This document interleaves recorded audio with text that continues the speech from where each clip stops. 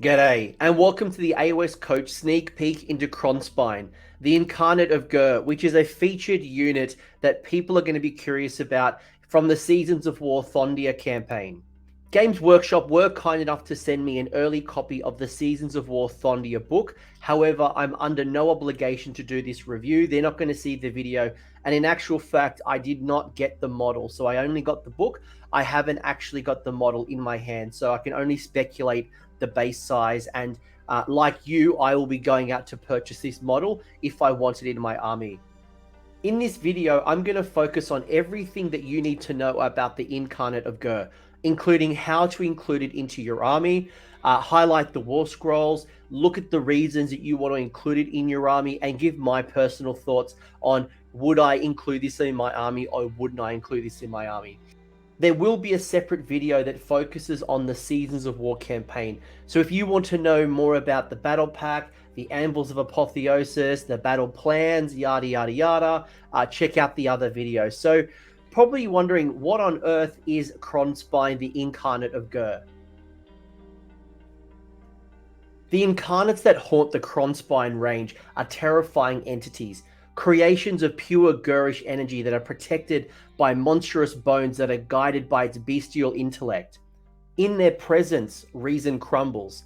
The minds of mortals are filled with savagery, and the wild energies are unleashed with furious abandon.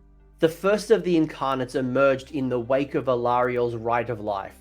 In unleashing a surge of Genesis magic, the Everqueen awoken many slumbering powers. As the forest grew taller, the coral reefs expanded and animals multiplied in abundance. Her spell of vitality reached the core of every realm. While no two incarnates are identical, those spawned in similar circumstances tend to share traits. These kindred entities are named after the location in which they were initially sighted. Incarnate of Ghurish magic that coalesce near monstrous boneyards are typically referred to Krondspine Incarnates, having first been encountered in the Krondspire ranges of Thondia. Krondspine Incarnates are primal terror made manifest. Formed around chunks of glowing amber bone, they draw fragments of titanic carcasses to themselves in a swirling maelstrom. This is primarily a shield to the Realmstone heart, for only by destroying this can an incarnate be banished. But it also grants them the aspect of the bestial horror, bearing vicious claws and huge tearing fangs. The effects of the Krondspine Incarnate upon monsters is still more profound, as they are able to pitch even the most noble warbeasts into an uncontrollable frenzy. Yet the Krondspine Incarnates can be bound, at least for a time. Should a champion approach or summon them through a primal ritual, these entities may recognize a worthy soul. As dangerous as the Krondspine Incarnate is while hunting at random, it is more perilous still when leashed to the will of an alpha. So what does the Krondspine actually do on the table? Let's start at what you need to know about the Krondspine Incarnate. First off, they are an allied unit when you construct your army list, and it is available for selection for all factions. When you select the Krondspine to be in your army, it must be bound to a hero in your army. Now, we will talk about that in a moment. The Incarnate is treated as a unit. It is not an endless spell or a prayer, and it consists of one model. It can be taken in match play, and it has a points value of 400 points. It will take up a behemoth slot in your army, and it can't be reinforced. It is a single model. It is also unique, so you cannot take multiple Krondspines in your army, but it doesn't deny your opponent from taking a Krondspine as well. The Incarnate must be bonded to a hero in your army, and each hero can only be bonded to one Incarnate, which probably implies to me that there are more versions of the Incarnates coming in the future. Bonding doesn't require a cast like an endless spell. It doesn't cost you a command point. It's not going to take up a heroic action. It is a unique enhancement that you allocate to that one hero that you chose in the list building phase, and you can't put it on a named character. So you couldn't do it with Kragnos or Scragrot or Nagash or Kairos, or insert your unique hero here. It can't be bound to this Krondspine. So really, it's more of your generic heroes. You will have to record this in your army list, just like you would with other enhancements like your spells, your artifacts, your prayers, your command traits. No different to that. If you're playing in battles smaller than 2,000 points, you can still take the Incarnate, even though normally when you look at the pitch battle profiles, it would exceed your ally caps. And by taking the Incarnate, it means that you cannot field another allied unit. So it's going to lock you out. It's the Incarnate and the Incarnate only. Like endless spells, you can lose control of the Incarnate, and it will go wild if the bound hero is slain. The Incarnate will remain on the table, and it will remain as a part of your army, but what happens when it goes wild is that it will treat other units in your army as if it was an enemy unit, and other units in your army will treat it as if it was an enemy unit. So keep in mind, if it does go wild and you're within 3, you can kind of connect the dots there. But we'll get into the Warscroll in a minute, and I'll show you a bit more about what it does, but also what rules are applied when it goes into the wild form. The other thing to consider is that the power level of the Incarnate will fluctuate throughout the game, and it will act a little bit differently to a traditional monster table. So it's not like when it takes a bunch of wounds, it kind of degrades and, you know, you've got like less movement, less attacks, you know, very similar to what we know from a monster chart. It does have power levels, as I mentioned. They are called states. Each of the states has a domination range, and the domination range is on the Warscroll. It's essentially an area of effect bubble that has a different feature for you and your enemy if you are wholly within its radius. So the best radius you can get is 12 inches. The lowest is 8. Obviously, if it's dead, it's dead, but the lowest would be an 8-inch radius. So it will start on a level of 2, and that can go up and go down throughout the game. Again, we'll talk about this shortly. The Incarnate has no wounds characteristic, so the only way you can remove it from the battlefield is by dropping its power level down to 0, and that's done really by doing damage throughout the turn. Then what happens in the battle shock phase is if there are any wounds that are allocated to the Incarnate, the commanding player rolls 3d6. And if that roll is less than or equal to the number of wounds allocated to the Incarnate, the level is reduced by 1. Then if the power level is reduced by 1, it heals up all its wounds again, so you're back to 0. If your opponent has the ability to auto-slay a model, so Nagash's Hand of Dust, the Incarnate would just automatically go down a level instead of being auto-slain. So you can't auto-slay it, but it would immediately drop a power level. If you're wondering how much damage you're going to need in order to consistently bring it down a power level, I've created a little probability chart for you, and you're really looking at the numbers here and aiming for about 12 or 13 wounds. And the reason you want 12 or 13 wounds is it has a very high likelihood of bringing it down. If you do 13 wounds, for example, you're looking at about an 83% chance of reducing its power level, while if you only do 10 wounds to it, it's a 50% chance. 6 wounds would do a 25% chance. You can do the maths and you can read the screen, but really, the more damage you can do through the turn, the better chance you're going to have in pulling its power level down. Now at the base profile, it has a move of 12, a save of 4, and a bravery of 10. It has 2 melee attack profiles and no shooting attack profiles, because why would you want to shoot if you can punch your opponent in the face? The Vicious Claws has a 1-inch range and 6 asterisk attacks. Now I'll talk about the asterisks in a minute. We're hitting on 3s, wounding on 3s, Ren -2 for 2 damage apiece, while the Tearing Fangs have a 2-inch range with 1 asterisk attack, hitting on 3s, wounding on 2s, Ren -3 for 4 damage. Now I mentioned the asterisk on the Vicious Claw and Tearing attack profiles. Now why there's an asterisk there is because you get to add the Incarnate's level to the attack characteristic. So I mentioned previously it starts on a level 2, so it means that you're really looking at the Vicious Claws having 8 attacks and having 3 Fang attacks. If it goes up to power level 3, we're now looking at 9 Claw attacks and 4 Fang attacks. If it goes down to 1, you do the maths. It can go up as high as 3, it can go down as low as 1, otherwise when it gets to 0 it dies. This is a strong attacking profile, especially while it's on level 2, and if you're able to apply all-out attack to bring that hit roll down to 2. The other thing as well is that the Incarnate does fly.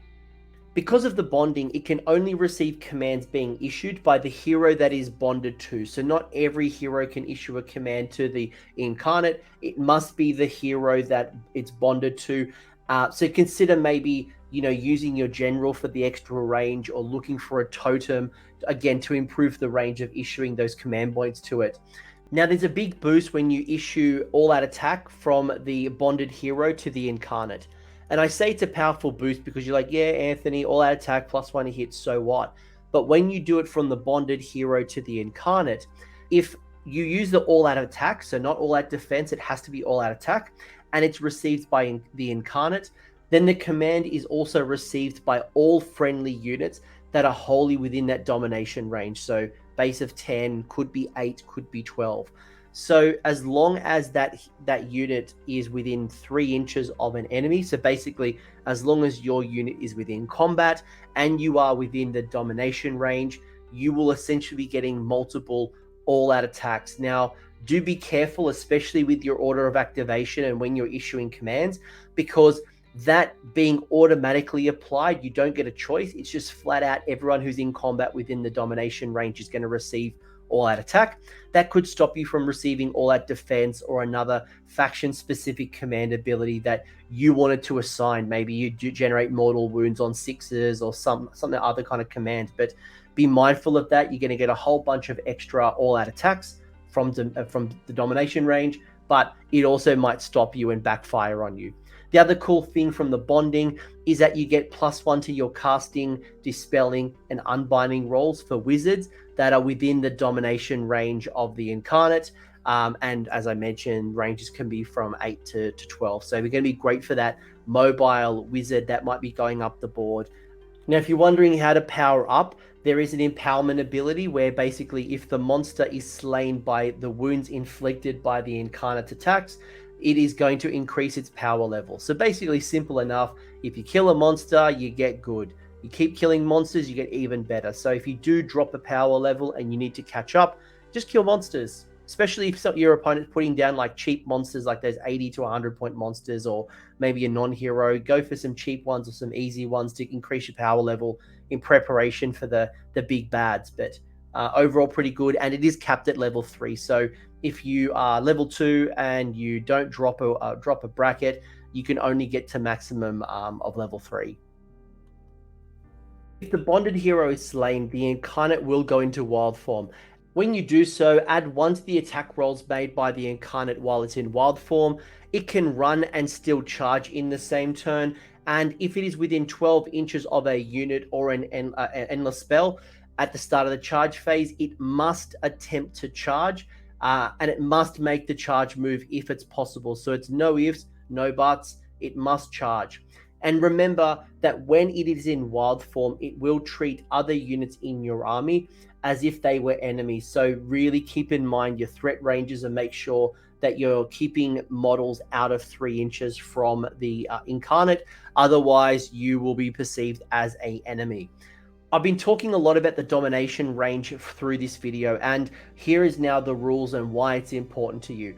So we mentioned to you it starts at level 2, which is a domination range of 10. If you increase it up to a level 3, it's at best 12 inches. And if it's suffered a level down, then it's at lowest level of 8.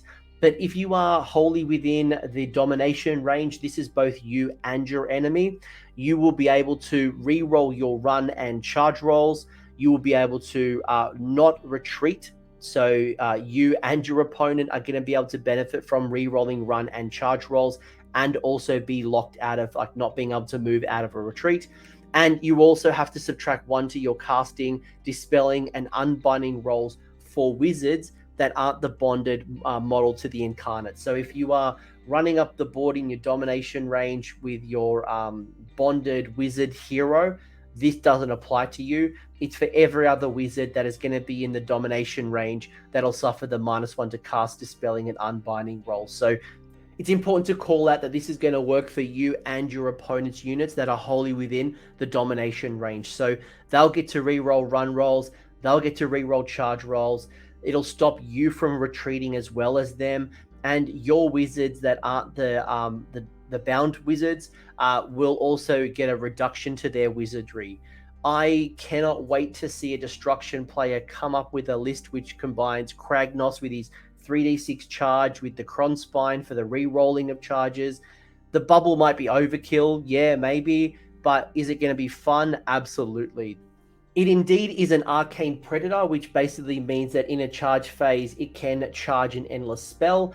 In addition, the Incarnate is going to be able to carry out a monstrous rampage known as Devour Endless Spell. Beasts of Chaos players might recognize this. This is what's on the Cygor from memory, the new White Dwarf update to the Beasts of Chaos. And what that essentially does is it allows you to pick one endless spell that was summoned by an enemy wizard that is within 3 inches of the Incarnate.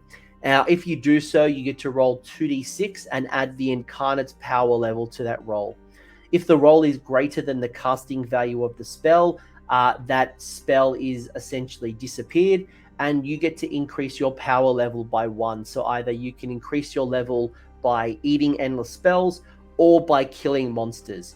Now, should you fail this roll, so this is the risk and reward. So if you roll, if you fail to unbind the spell, you will actually reduce a level of power. So it's a very high risk, high reward type feature.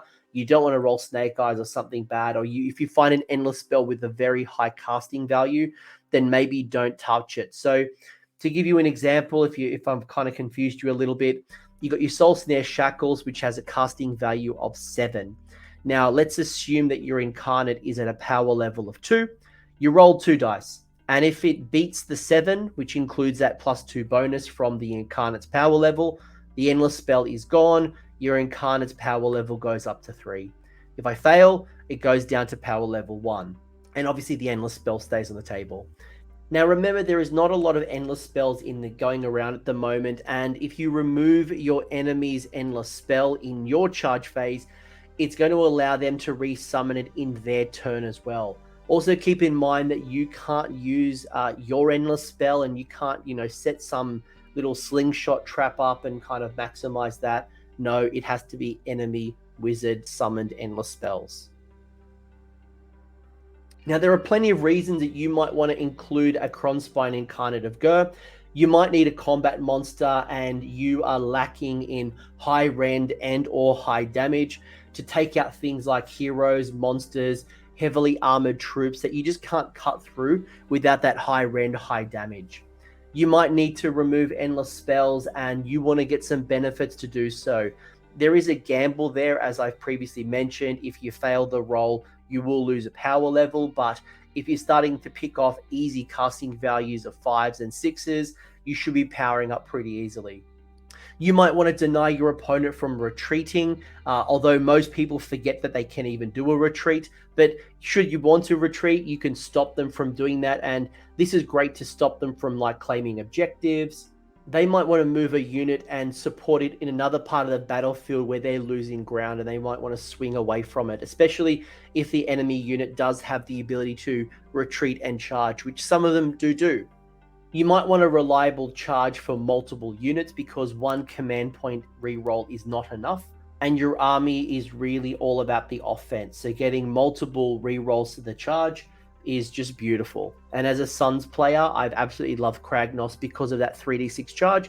This is a very different way of doing it, and I'm sure if I added the Krondspine with my Mega Gargant, maybe I can run 2 Gatebreakers or maybe even 3 Gatebreakers. I haven't actually done the maths yet, but if you're lacking a Kragnos or you don't have the 700 points to be dropping on a Kragnos, maybe you run Order, you run Chaos, or you run Death.